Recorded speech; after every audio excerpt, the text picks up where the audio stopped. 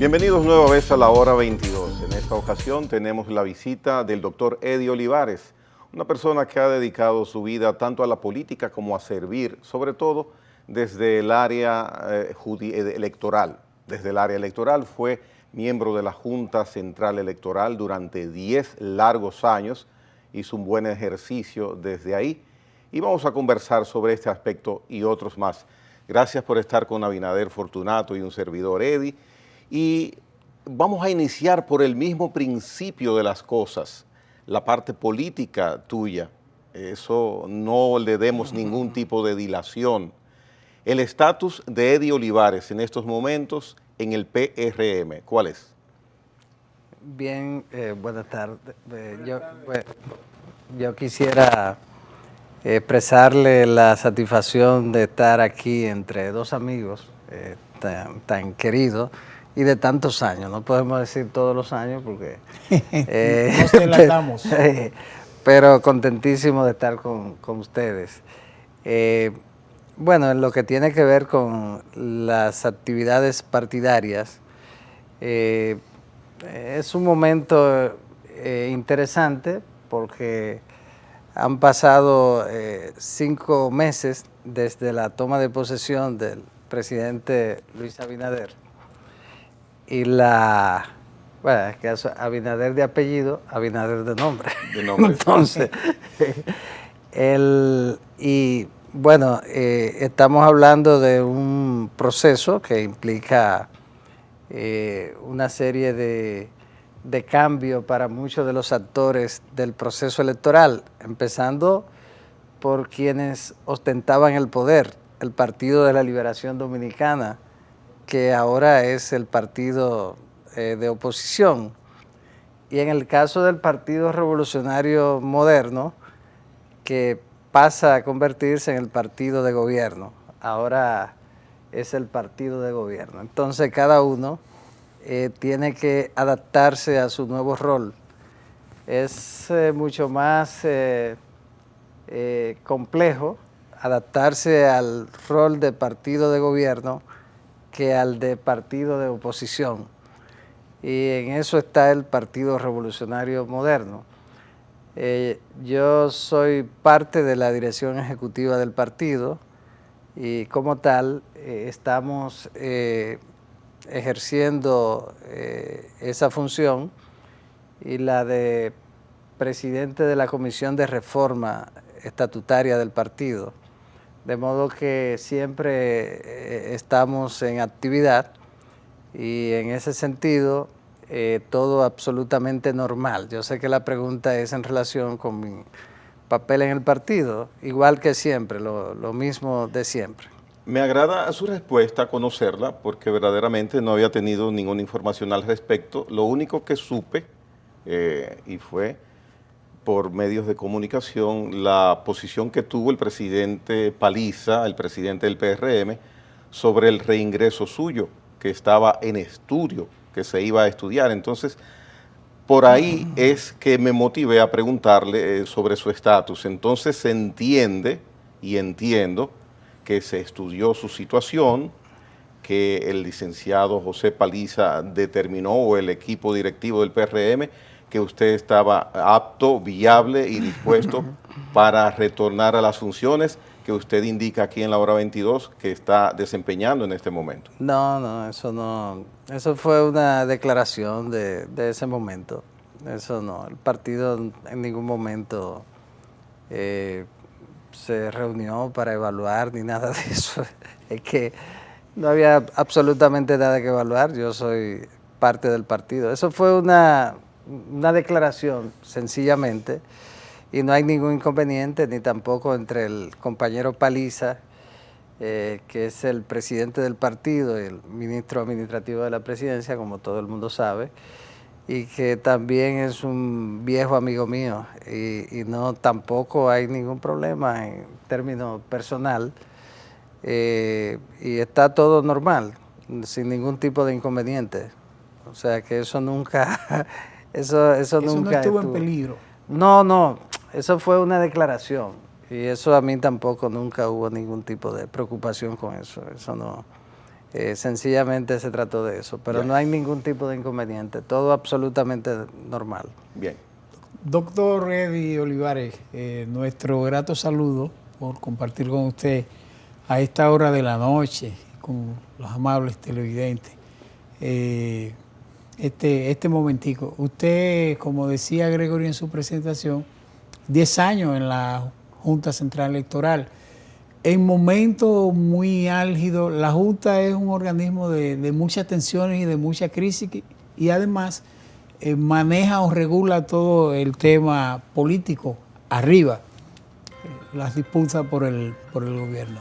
Me gustaría a mí tener la opinión suya respecto al sistema, a la fragilidad del sistema electoral de la República Dominicana, partiendo de lo que ocurrió en febrero del 2020, del año pasado, que estuvo prácticamente en vilo el país con una situación de esa naturaleza. Sí. Fue un momento sumamente dramático, posiblemente el momento más complejo que ha vivido un proceso electoral en los últimos años. Antes habían situaciones que generaban incertidumbre en relación con el proceso electoral por cuestionamiento y ese tipo de cosas, pero nunca se había producido una situación que generara la suspensión de unas elecciones. Fue la primera vez en la historia democrática del país y generó una situación sumamente difícil, pero que gracias a la madurez que hay que reconocer, que mostró en ese momento el liderazgo político, tanto el gobierno como la propia oposición, pero sobre todo el pueblo dominicano, se superó eso sin ningún tipo de inconveniente que generara ninguna tragedia. No hubo ni siquiera en la calle una discusión entre dos ciudadanos de confrontación por ese problema. Ya a partir de las 5 la gente estaba comiendo pizza y cosas en la calle. Sí, eso fue, parecía de repente que estábamos en el país con la mayor consolidación democrática del mundo, no de América Latina, porque en cualquier otro país de América Latina generaba una situación difícil. Claro, afortunadamente se trataba de elecciones municipales. Si hubiesen sido presidenciales, la situación hubiese sido mucho más compleja. Sin embargo, el vacío que tenía la ley y la propia Constitución en relación con lo que había que hacer a partir de ese momento para reprogramar, convocar nueva vez elecciones, se resolvió, se pusieron de acuerdo y entonces vimos luego los resultados. Claro está que fueron errores que se cometieron en el montaje de ese proceso y que se violentaron reglas que son elementales para la implementación de nueva tecnología y como consecuencia de ello el voto automatizado no pudo implementarse en el 60% del electorado, de los municipios que representaban el 60% del electorado. Pero yo pienso que fue una gran lesión. Ahora luego se produjo otra suspensión de elecciones, pero a causa de la pandemia, y entonces se celebró también satisfactoriamente dentro del marco de la Constitución de la República, pero ambas suspensiones son un motivo para que en una próxima reforma constitucional se considere ese tipo de posibilidad que nunca estuvo considerada en la Constitución, y para la reforma de la ley de partidos, que ya la Junta Central Electoral está trabajando un proyecto de reforma, de modo que son elementos muy importantes para tomar en cuenta en la reforma. Perdón, Gregory, para terminar esa parte ahí, con los niveles de experiencia y de información y de la propia crisis que usted manejó en la Junta Central Electoral por años, prácticamente una década, ¿Realmente usted está de acuerdo de que con el informe de la OEA respecto a que fue un asunto técnico, de verdad en el fondo, ¿usted cree que eso fue lo que realmente ocurrió? Hubieron errores técnicos que no debieron producirse porque existe una especie de protocolo para la implementación de tecnología en materia electoral. Un error en un proceso electoral puede generar lo que ocurrió, la suspensión de unas elecciones. Y eso es lo peor que puede llegar a ocurrir.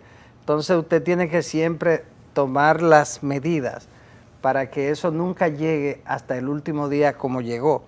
Entonces recuerden que se trató de que el Departamento de Informática de la Junta no hizo el debido, el debido proceso de establecimiento de la calidad del montaje de las elecciones con el sistema automatizado. No fue sometido estrictamente a los controles que eso implica antes de la celebración. Y entonces se generó. Yo creo que la lección de ese proceso tiene ahora que ser tomada en cuenta en la ley electoral y en la Constitución de la República para que nunca vuelva a producirse. Pero siempre está la posibilidad de que por una causa de fuerza mayor, la causa de fuerza mayor sí ocurrió cuando se suspendió por la pandemia. Era una causa que no podía ser superada por el órgano electoral y entonces se decidió aplazarla. Pero luego estuvo la incertidumbre de qué ocurriría si no se podía celebrar las elecciones antes del 16 de agosto. Generaba un vacío constitucional. Y todo eso es importante para una futura reforma constitucional. Pero lo más importante es que el país salió muy bien de ambos procesos. En la suspensión de las elecciones presidenciales y de senadores y diputados, al final de cuentas se hizo en tiempo hábil, en tiempo oportuno, de cara a la juramentación del día 16 de agosto, la toma de posesión, y fueron unas elecciones bastante bien organizadas. Yo pienso que lo más importante es sacarle el provecho a ese tipo de situación para tomar las medidas en procura de que nunca vuelvan a producirse. Con su experiencia del tiempo que usted se desempeñó como uno de los 5 miembros de la Junta Central Electoral y tomando en cuenta el tema que estamos tratando en este momento, ¿qué sistema de votación usted piensa ser el recomendable a utilizar en los próximos torneos electorales? Yo pienso que lo más importante es la transmisión de los resultados oportuno, a tiempo. Los diferentes sistemas electorales, los diferentes países, incluyendo Europa, donde ya se ha implementado el voto automatizado, han preferido darle prioridad a lo que tiene que ver con el proceso de escrutinio y de transmisión de los resultados. En el caso del escrutinio, que es el momento estelar de un proceso electoral, el propósito es que el escrutinio se haga rápido y lógicamente que se haga cumpliendo con los requisitos de transparencia que debe tener ese proceso. Y se ha ido automatizando el escrutinio sin la necesidad del voto electrónico, porque mucha gente prefiere tener la boleta en la mano o papeleta, como le dicen en otros países, y marcar su recuadro. Sí, pero el criterio suyo es lo que nos ayudaría a tener una buena orientación, doctor. Sí. ¿Qué es lo que nos convendría? Nos conviene ahora, hay una falta de confianza, producto del trauma que generó la suspensión de las elecciones municipales y del cuestionamiento en las primarias pasadas. Y hay el electorado no tiene en este momento confianza en el montaje de un sistema de voto electrónico. ¿Qué usted recomendaría yo pienso si que fuese juez? Ese es un proceso. Cualquier implementación de voto electrónico implica cumplir con una serie de requisitos que van desde los pilotos, las pruebas, las auditorías permanentes, auditorías técnicas, todo ese proceso que debe ir cumpliéndose. Y entonces haciéndose parcialmente a través de pilotos. Por ejemplo, usted no puede, que ese fue el error que se cometió en las elecciones municipales y el mismo error que se cometió en las elecciones del año 2016 con el proceso de automatización que se decidió implementar en todo el país. Entonces, lo correcto es ir implementándolo en algunas provincias. Después que usted lo prueba en 1, 2, 3 provincias o una región, entonces ya usted sabe cuáles son las debilidades que tiene el sistema. Y entonces va corrigiéndola hasta llegar a la implementación total en el país. En los Estados Unidos empezaron con el voto electrónico en los años 50 y no han terminado. Entonces, muchísimos estados lo tienen, cada estado lo tiene de una manera distinta. Entonces, es un proceso. Aquí nosotros, por un asunto de nuestra propia cultura, cuando decidimos hacer algo, decidimos hecho así y ya, va así. Entonces, no puede, en materia electoral no funciona así. Usted tiene que ir haciéndolo poco a poco hasta completarlo. No puede ser el centro del montaje de un proceso de automatización en materia electoral, no puede ser la improvisación ni la imposición. Entonces, en ese sentido, yo pienso que ahora lo más importante, debido a los fracasos que hemos tenido y en consecuencia la desconfianza que genera cualquier tipo de sistema de este tipo, más el voto electrónico, hay que trabajar para tener un sistema automatizado del escrutinio, de modo que los resultados del nivel de diputados con el voto preferencial y del nivel de regidores y vocales con el voto preferencial, que ahora también va a ser preferencial en el exterior, para garantizar que el escrutinio sea rápido y que no pasen 2, 3 semanas, un mes para tener el escrutinio, el resultado, el cómputo definitivo, sino que sea automatizado y que esa misma noche, sin tener que salir del colegio electoral, el resultado llegue a las juntas municipales y en consecuencia se haga el cómputo para que se tengan el mismo día o al otro día. Entonces, eso se logra con la automatización. Entonces, ¿el voto manual ya debe ser cosa del pasado? No, el voto manual seguirá siendo. Para las elecciones próximas, no creo que nadie vaya a plantear voto electrónico. El voto será manual en las elecciones del 24. Entonces, porque es que el problema no es el voto manual, porque usted va y vota, ¿y cuántos segundos le toma a usted marcar la boleta? Eso es rapidísimo. Se vio ahora que fue bastante rápido. No, es que eso es rapidísimo, porque son boletas, una boleta presidencial, una boleta de senadores, una boleta para los diputados, son circunscripciones que se marcan fácil. Doctor Olivares Entonces, dice... ¿cuál es el problema? ¿Cuál es el problema? Sobre todo en el nivel de senador, de diputados. El problema es el escrutinio, el tiempo que se toma. Entonces, y de regidores. Y lo vimos ahora. Y de regidores y vocales. Duramos días en eso. Pues no es el problema de la gente ir a votar. La gente va y vota rápido, echa. Entonces, es el proceso. Es el escrutinio, es contar los votos, que debe ser un proceso absolutamente transparente, ahí es que está la esencia.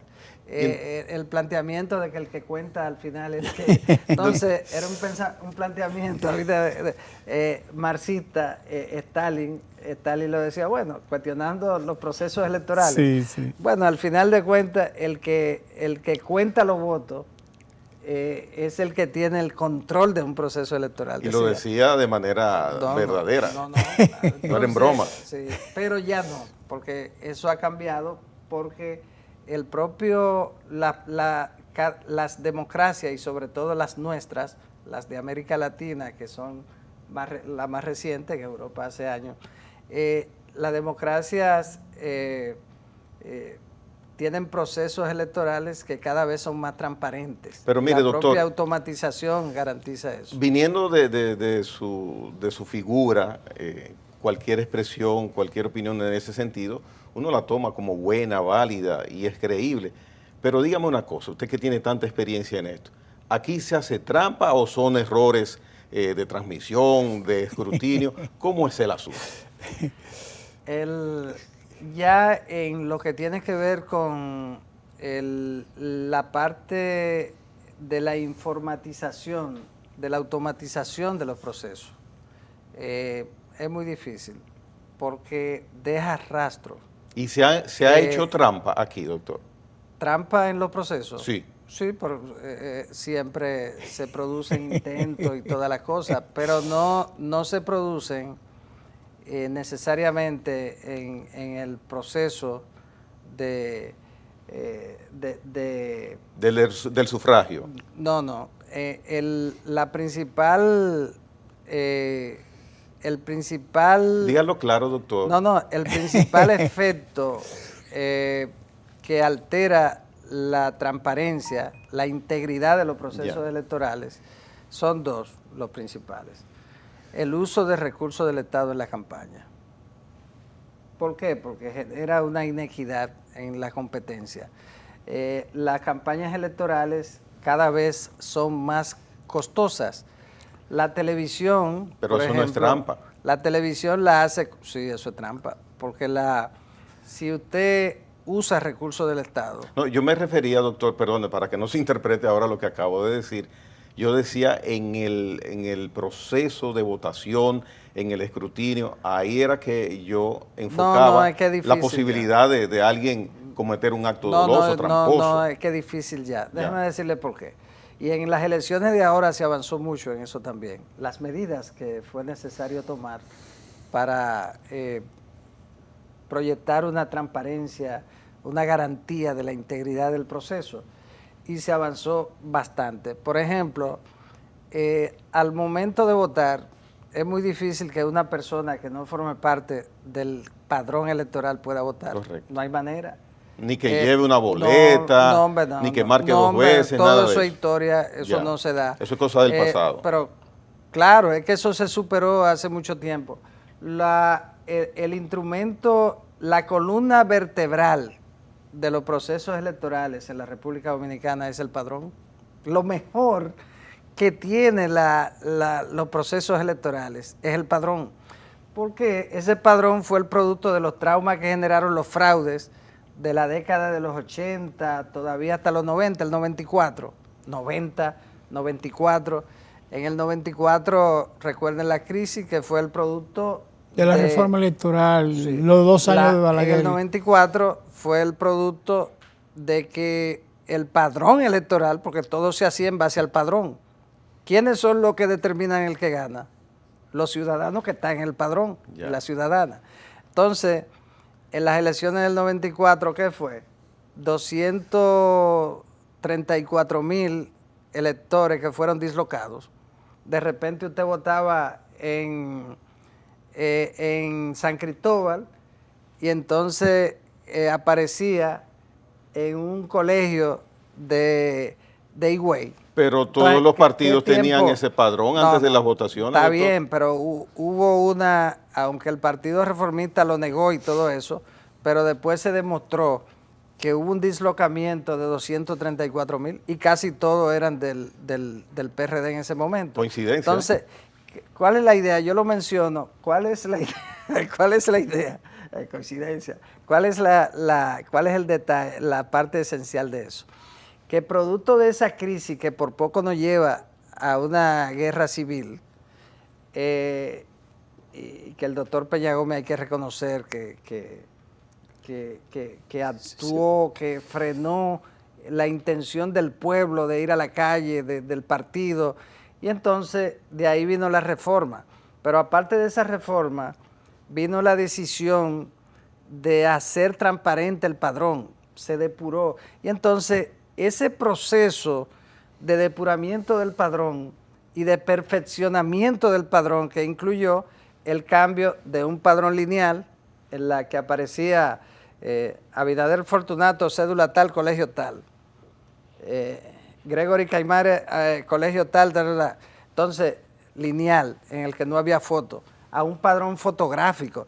Y luego ese padrón fotográfico es un padrón en el que te están viendo, sí, es usted. Correcto. Entonces, luego pasó en la siguiente a un padrón fotográfico a colores, el primer padrón fotográfico a color del mundo.